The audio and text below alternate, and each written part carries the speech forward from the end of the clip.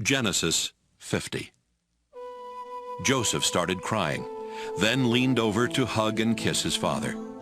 Joseph gave orders for Jacob's body to be embalmed, and it took the usual 40 days. The Egyptians mourned 70 days for Jacob. When the time of mourning was over, Joseph said to the Egyptian leaders, "If you consider me your friend, please speak to the king for me. Just before my father died, he made me promise to bury him in his burial cave in Canaan. If the king will give me permission to go, I will come back here."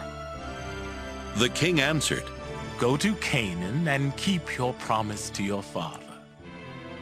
When Joseph left Goshen with his brothers, his relatives, and his father's relatives to bury Jacob, many of the king's highest officials and even his military chariots and cavalry went along. The Israelites left behind only their children, their cattle, and their sheep and goats. After crossing the Jordan River and reaching Atad's threshing place, Joseph had everyone mourn and weep 7 days for his father. The Canaanites saw this and said, "The Egyptians are in great sorrow." Then they named the place Egypt in sorrow.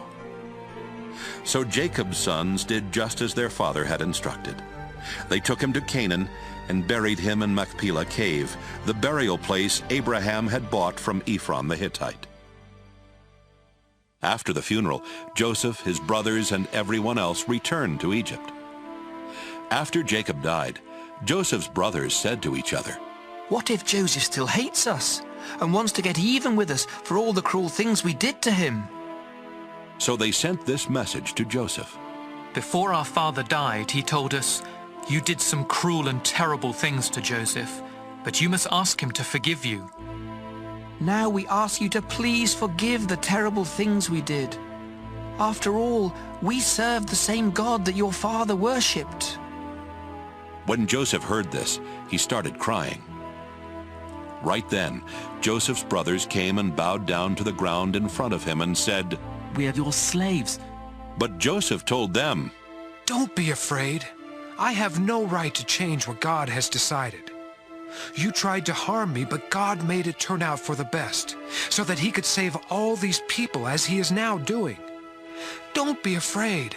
I will take care of you and your children." After Joseph said this, his brothers felt much better.